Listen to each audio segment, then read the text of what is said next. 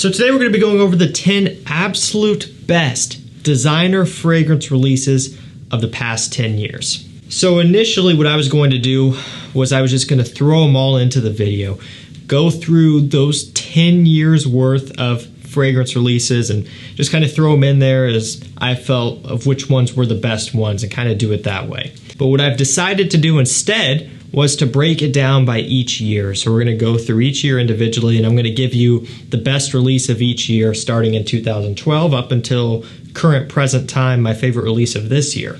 And so that in a way made it a bit more challenging, but it also made it a bit less redundant. That way we didn't have, end up with 4 fragrances from 2014 or whatever, because you may start to notice once we start going through this that there are a few years in here that are absolutely legendary. You may not think of it, but 2014 is one.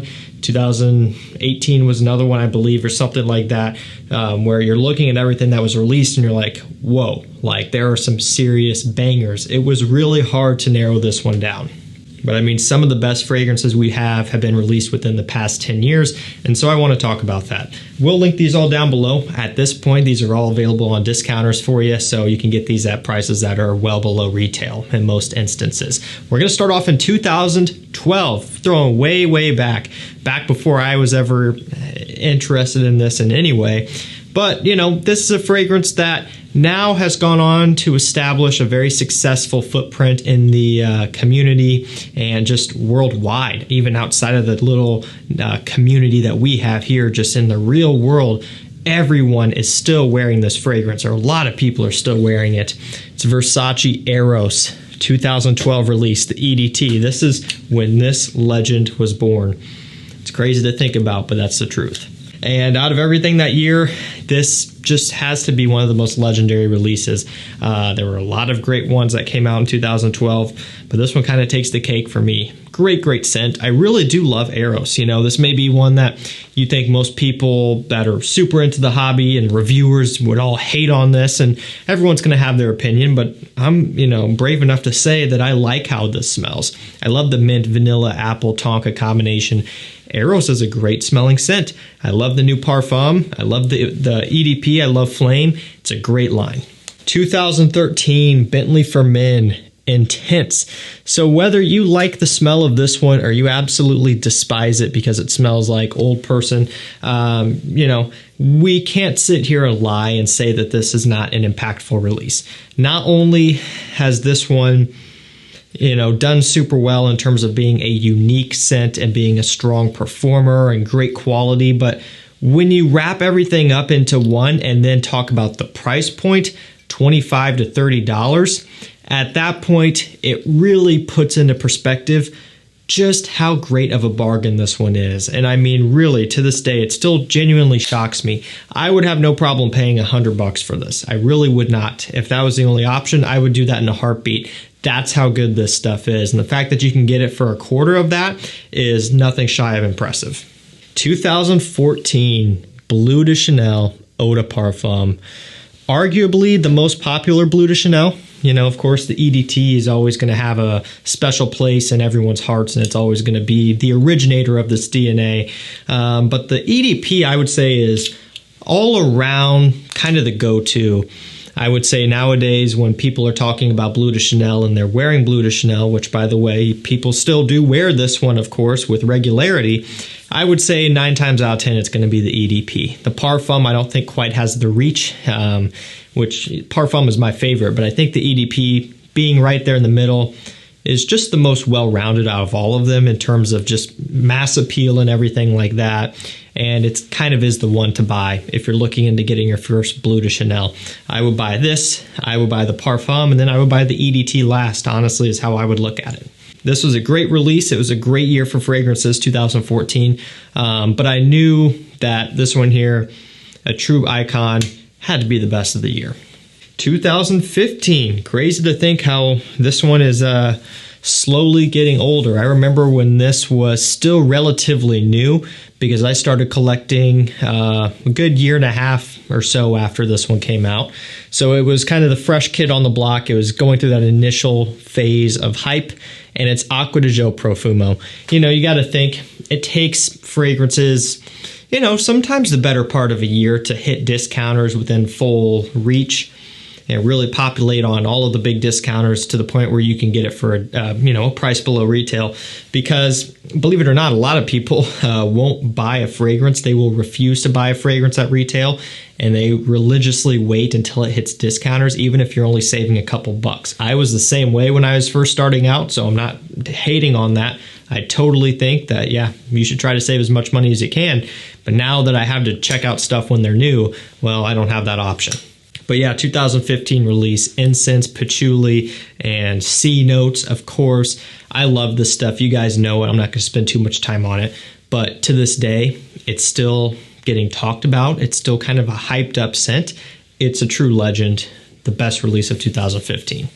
I mean, we're looking through this here, and just each one is back to back, banger after banger. It's so crazy.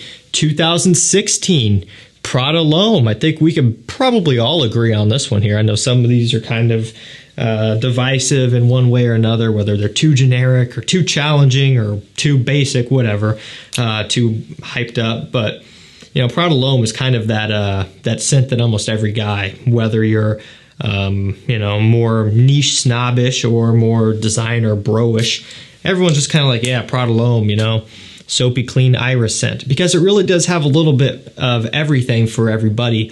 You know, you get the citrus and the musk and the light florals for a guy who just wants something clean and fresh, but then the iris accord in here gives it a little bit more of a unique approach, which is what, you know, the harder core fragrance guys are going to be after. I mean, this one has spoken for itself, incredibly successful, still a hot seller, still a hot topic, and I don't think that's going to change anytime soon.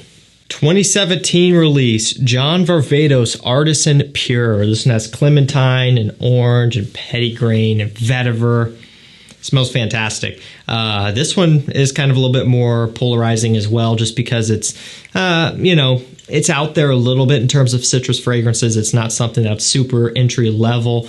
And so because of that, you're going to have some people who just don't like it, some that really like it. I really like it. I like that it's kind of herbal. I like that the petitgrain in here has this texture. It's kind of a green scent as well. It smells like you're outside in the garden when spring is just coming back into full swing, you know, after it's a long, cold winter. Just a very refreshing, bright, uplifting, and good feeling scent. 2018 YSL Eau de Parfum. Man, I mean, again, hit after hit. You know, for me, it was kind of tough. I'm like looking through 2018, and this was a big year, and I was like, ah, man, you know, I don't know. But at the end of the day, I love this fragrance. I think it's fantastic. I wore it a lot this summer. I also wore the Parfum a good amount this summer. And it's just one that I consistently look forward to wearing, and it's one that I'll wear for days in a row. I kind of go on this binge when I wear these. It's just like, man, I just can't get enough of it. It's no doubt that this DNA works great. I just love how it wears on my skin personally. I love the quality of it. I love the performance. The performance is massive on this stuff. And look, if you're looking for a great all-arounder, a great versatile scent with quality and kind of a little bit of a prestigious factor because it's a YSL and you are paying up a bit more money for it, and you just want compliments, you should really check this one out. It's an investment at first, about $100 or so, a little bit more, but after you buy this one and you start wearing it, it's going to pay for itself quickly. 2019 Armani Code ABSOLU. I still remember when this came out. Still remember smelling it for the first time. I want to say it was kind of in fall or winter when it came out here in the US, I believe, because I remember I thought I was able to put it into rotation right away. But I love it. Tonka bean, vanilla, suede, orange, fantastic scent. One of the best Armani codes, in my opinion. Still rings true even after they've put out quite a few more flankers since then. This one here is just kind of all-encompassing. It does so much, so well. Good performance, and it is a Parfum. Had to double check there, but yeah, Parfum, Absolu concentration here, and I got nothing but good things to say about this one. Easily the best release of that year.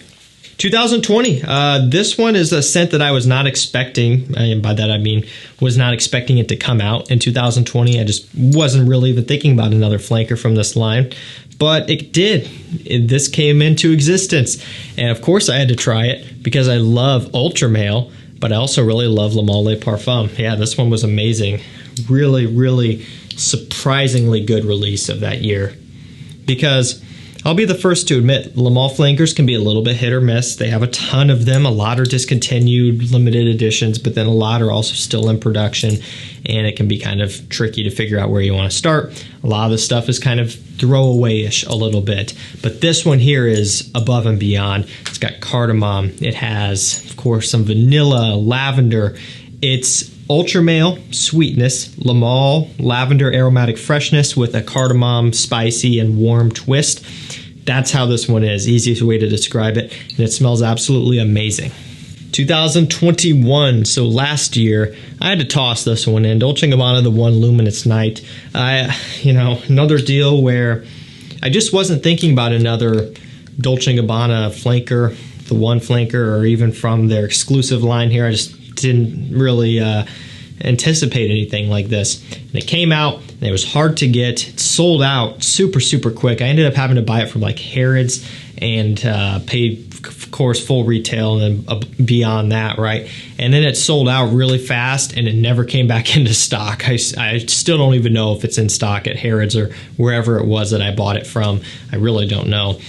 Consistently, you can kind of get this one from Joma Shop and Fragrance By. It does go out of stock and whatever, but I'll link it down below. It'll come back at some point if it's not, and I'll post about it on my community tab. But it's one that you're now starting to get with somewhat of a regularity here, and it's one of my absolute favorites out of the entire line. It's got incense, amber, sandalwood, and dates. It's resinous, it's smoky, it's creamy, it's smooth, it's sexy and sweet. This stuff is truly remarkable and very, very unique. Don't undermine this one because it's the One flanker. This is incredible. And last up, Gentleman Eau de Parfum Reserve Privé for 2022. This year has been one of the better years for releases, at least in terms of when I've been making videos. You know, like I said, especially here towards the beginning of the video, 2012 through 2015, 16, I wasn't making videos during those periods, and those are some amazing years. Going on later down the road here, yeah, I've been making videos since end of 2017. So I've been through these changes, right? And this, again, is one of the best years that I've had during my career of doing this. It almost is kind of the hardest one to choose, you know, even up against some of the legendary years at the beginning of the video that we talked about. It's been a great, great year for me, in my opinion, of what I like. And I was thinking Acqua di Gio EDP, big time, and a couple others that I was really kind of struggling with. But ultimately, this one here is just completely blown me away. It's got whiskey, chestnut, and iris. Truly delicious. It's gourmand, it's sexy and sweet and chocolatey. Oh man, just seriously amazing. You've got to get your nose on this. Alrighty guys, that's gonna do it for me. Actually, 11 of the best fragrance releases of the past 10 years. It's what it worked out to be. I said 10 in the beginning, probably put 10 in the title, but you know, we covered 11 here. So I will link all these down below, and I will see you over on the community tab where I'm posting deals every day, multiple times a day. Appreciate your support. Thank you so much for watching. Stay safe, stay healthy, and we'll see you tomorrow with another one. Take care.